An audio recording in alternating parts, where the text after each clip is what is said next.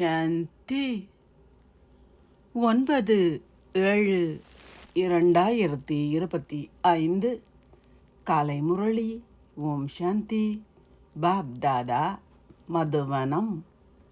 சாராம்சம்.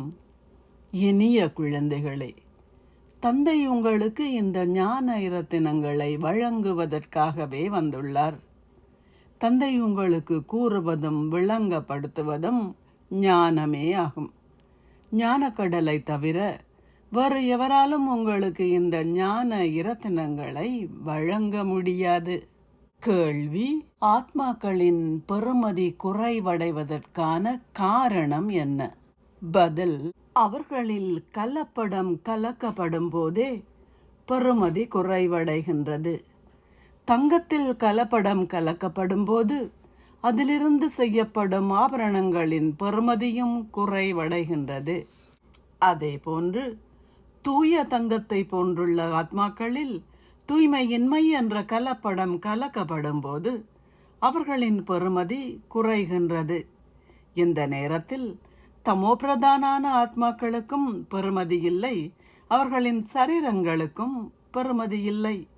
இப்பொழுது நினைவை கொண்டிருப்பதன் மூலமே ஆத்மாக்களாகிய நீங்களும் உங்கள் சரீரங்களும் பெறுமதி வாய்ந்தவை ஆகுகின்றன. ஆடல். என்று அதிகாலையில் வந்தவர் யார்? ஓம் சாந்தி. தாரணைக்கான சாராம்சம். 1. தந்தையிடம் இருந்து உங்கள் முழு ஆஸ்தியையும் கோருவதற்கு உங்கள் செயல்களும் உங்கள் வார்த்தைகளும் சமமாக இருக்க வேண்டும். இதற்கு முயற்சி செய்யுங்கள். பற்றை வென்றவர் ஆகுங்கள். 2. நீங்கள் அமைதி கடலின் குழந்தைகள் என்பதையும் அதனால் நீங்கள் அமைதியாக இருக்க வேண்டும் என்பதையும் எப்பொழுதும் நினைவு செய்யுங்கள். உங்கள் வாயில் ஒரு மணியை இடுங்கள். கவனயீனமாக இருந்து உங்கள் நேரத்தை வீணாக்காதீர்கள். ஆசீர்வாதம்.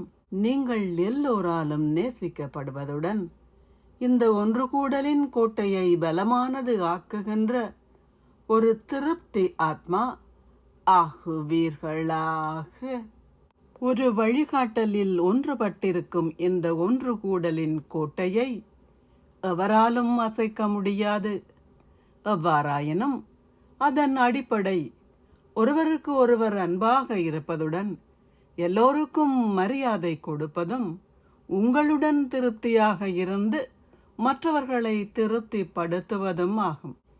உங்களால் எவரும் குழம்பக்கூடாது, எவரும் உங்களையும் குழப்பக்கூடாது. நீங்கள் எல்லோரும் தொடர்ந்து ஒருவருக்கொருவர் நல்லாசிகள் மற்றும் தூய உணர்வுகள் என்ற ஒத்துழைப்பை வழங்குங்கள். அப்போது இந்த ஒன்று கூடலின் கோட்டை பலம் வாய்ந்ததாக ஆகும்.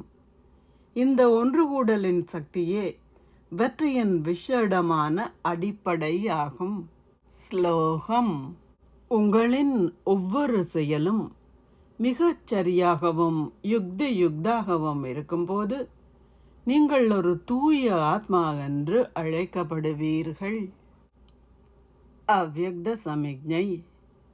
எண்ணங்களின் சக்தியை சேமித்து மேன்மையான சேவைக்கு கருவியாகுங்கள். ஒவ்வொரு குழந்தையும் தனக்காகவும் சேவைக்காகவும் மிக நல்ல எண்ணங்களை கொண்டிருக்கின்றார். அது எப்பொழுதிலிருந்தே அவர் இதை செய்வார் அல்லது அந்த முறையில் செய்வார், நிச்சயமாக எதையாவது செய்து எல்லோருக்கும் காட்டுவார் என்பவையே ஆகும். இத்தகைய மேன்மையான எண்ணங்களின் விதைகளை விதைப்பவர்கள், அதாவது தொடர்ந்து விதைகளை பராமரித்து நடைமுறை வடிவில் கொண்டு வருபவர்களின் அந்த விதைகள் நிச்சயமாக பலன் தரும். ஓம் சாந்தி.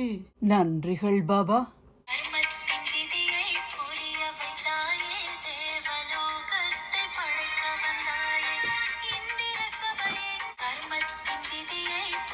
வைத்தாயே தேவ